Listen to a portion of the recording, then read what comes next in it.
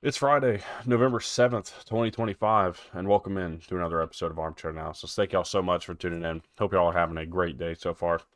It is a big day in the college football world. We've got some big games tonight, some that will maybe alter the status of some certain teams' college football playoff hopes.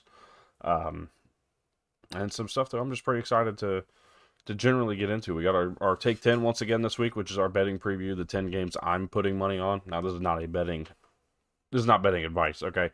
Understand that, because when I when I say that I'm betting on them, I haven't been doing very good this year. So understand that, there are things that just aren't all that great. But with all that said, let's go ahead and get into today's topics. We have a few. We got some injury updates and again our Take 10. So make sure, if you're new around here, leave a like, subscribe, comment down below. Specifically, subscribe. We just hit 200 subscribers, looking to continue to build. I thank you all so much for tuning in, taking your time here with me today. But with all that said, let's go ahead and get into some news. And I get my news, specifically injury updates, from Pete Nakos of On3. Now, I pay for the On3 subscription. I pay for a handful of subscriptions. So understand that I'm going out of my way to pay for these. I'm not particularly recommending or not recommending, but it's where I get a lot of my news, and I like to give the proper credit where it's due. So, with pretty much any of my injury updates, they come from Pete Nakos, come from what he has on 3. Whatever else I see throughout the course of the week, I kind of update as I see fit. But with that said, let's go ahead and get into some of these. Starts with Miami. Let's start in the ACC. Miami is going to be without wide receiver C.J. Daniels and running back Mark Fletcher this weekend.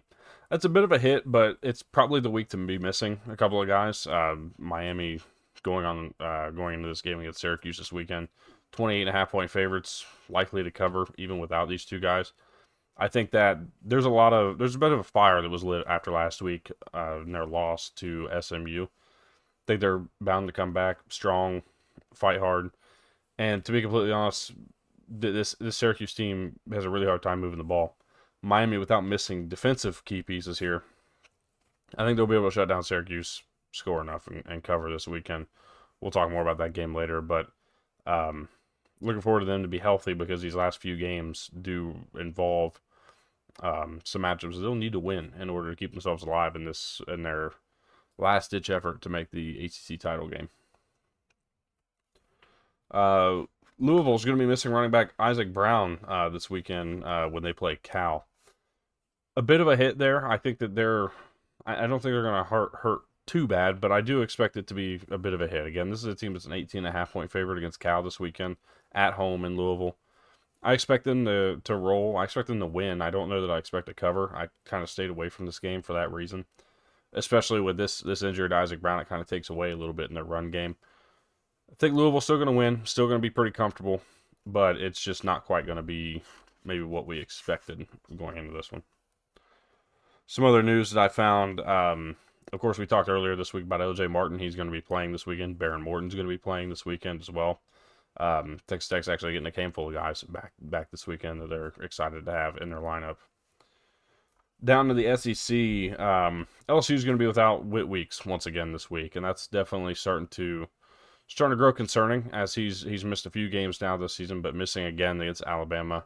Kind of the heart and soul of that defense, and without him, we've seen a bit of a drop off. It hasn't been drastic, but a bit of a drop off to the point where it's definitely noticeable. I think they're going to continue to miss him, especially this weekend against this Alabama team, where we expect Alabama to kind of go in and for lack of a better term, roll this weekend.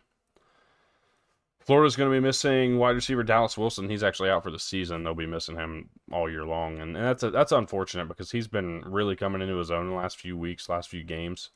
But on top of that, they're also missing Eugene Wilson this weekend. So 2 wide receivers out.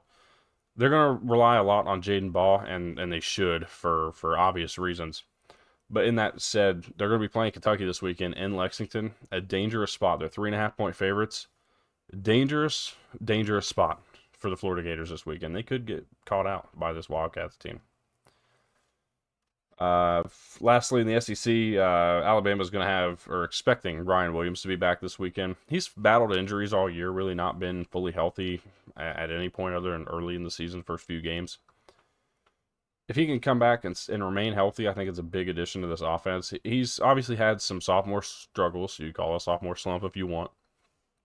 But he's had some struggles.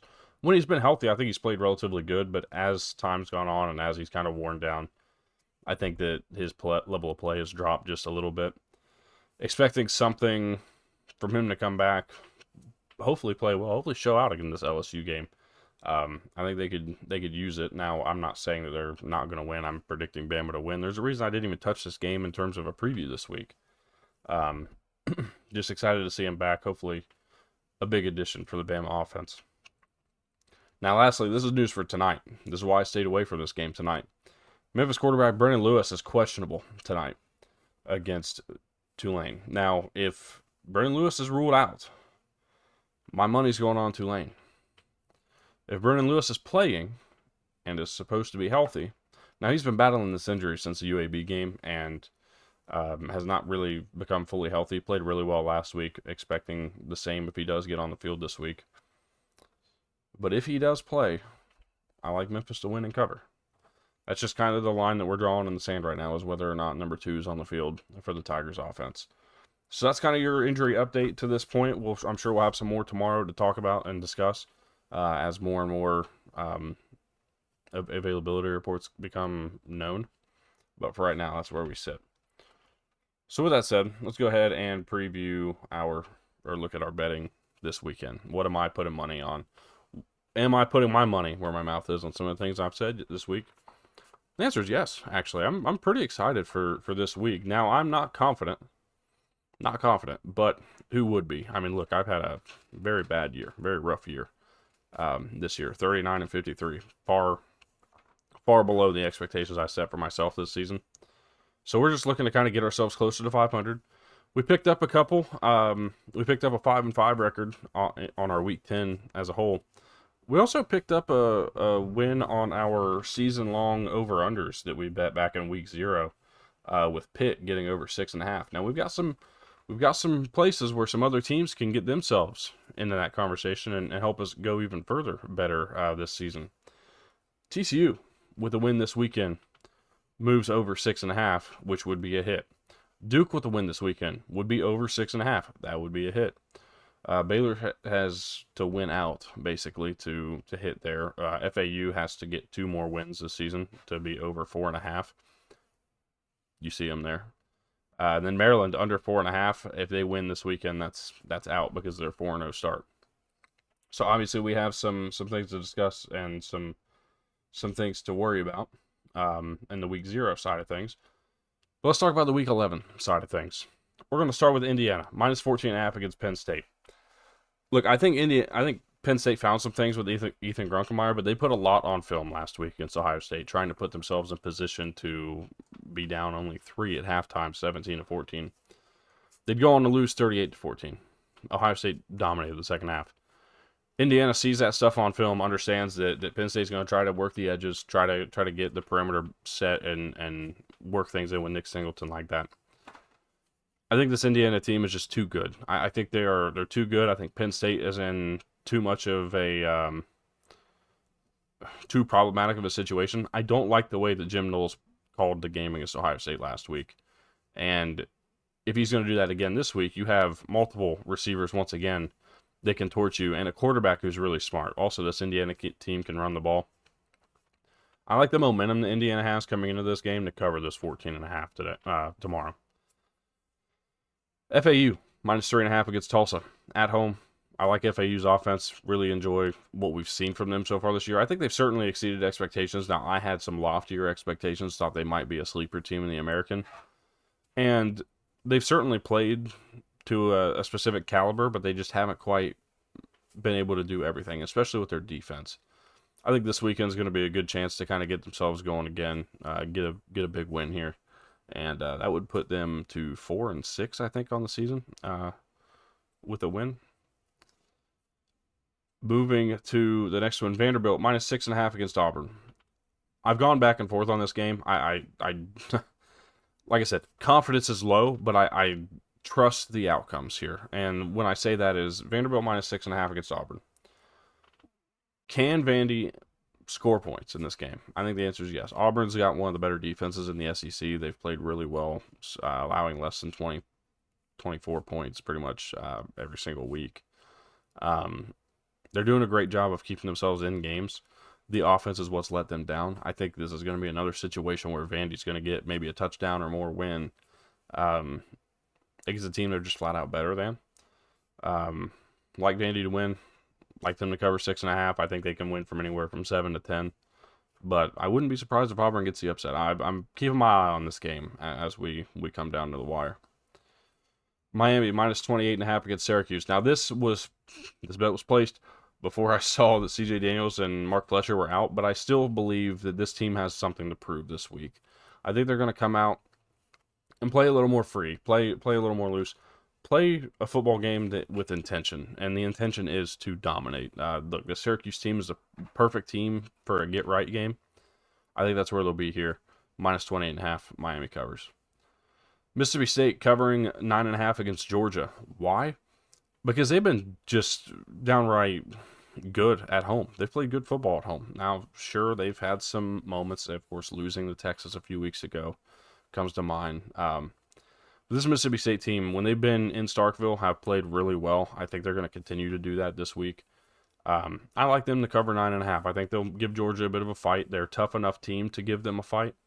It just won't be enough at the end of the day. I think Georgia ends up winning. Mississippi State, though, I like them to cover. SMU minus 10.5 against Boston College. I think there's some demons to be exercised here, right? Now, this is an SMU team really with their destiny in their hands. They've got to go forward, continue to win games, and let the chips fall where they may. You can't do it without winning games, first. Secondly, this Boston College team has been downright awful this year, on par for the worst season they've had since the 70s, I think it was, 1978.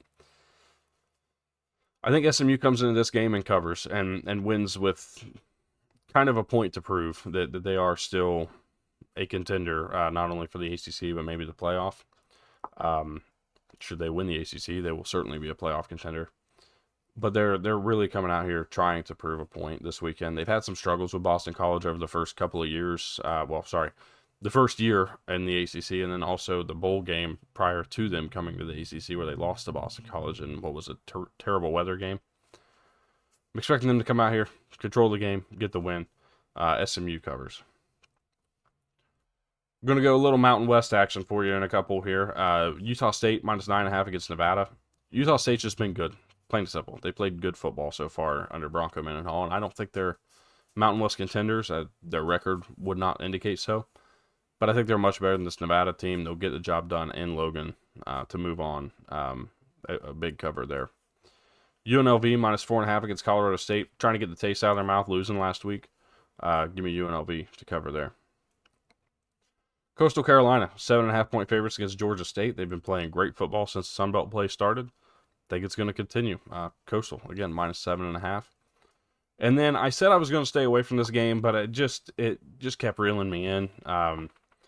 And I was told something earlier this week. A good friend of mine told me earlier this week when we were talking about betting and how he had a bad week last week. I've just had a bad season overall. And it hit me and it stuck with me. You don't bet money you intend to have. You intend to get back. Meaning if I trusted anything in this game, if I trusted the over, I would intend that money's coming back to me. I don't. But I just have this gut feeling that these two offenses are going to put points on the board. So the winner is going to score into the 30s. And if that's the case, if the winner scores 35, that leaves 17 points to go. I think both these teams will get into the 20s, certainly. So I think that this game gets over 51.5. You got to think a little more logically sometimes. Now, certainly that could go wrong. This whole week could go wrong for me, but hasn't so far this year? Certainly interested to hear what you guys have to say here. Thank y'all so much for tuning in, by the way. I can't express how much I appreciate it. The views are consistently in the 10s to 20s, and I just appreciate it. Look, I don't expect a bunch of people to tune in every single day and listen, but I appreciate those that do. I appreciate those that leave likes, subscribe, and I ask that if you're new, you do that. Leave a like, subscribe. Helps these videos get out a little more often. Helps these videos hit your feed a little more often. Maybe your recommended section a little more often. It's just greatly appreciated. Helps these videos go further. And helps me continue to build. Help me continue to learn what I can do right and wrong, so that we can continue to build a really cool community here. I appreciate you guys so much. Appreciate everybody that tunes in, and hope y'all have a great weekend. If you're new around here and don't know, we do a live show Saturday and Sunday mornings at 10 a.m. Eastern Time. Please tune into those, comment, chat along with us. We interact with you guys. That kind of drives how long the show goes most times. But we've got some discussion topics that we always do on Saturday mornings. We've got some game previews. We go through every single game that's going to happen on Saturday. We recap the weekday games as well. And we just kind of just sit back and have a good time. Enjoy some college football as we get into our weekend. If you're attending a game this weekend, be safe. If you're not and you're just going to be out this weekend, please be safe. Have a good time. Enjoy yourself. If you drink responsibly. But I appreciate everybody, again, for tuning in. Thank you all so much.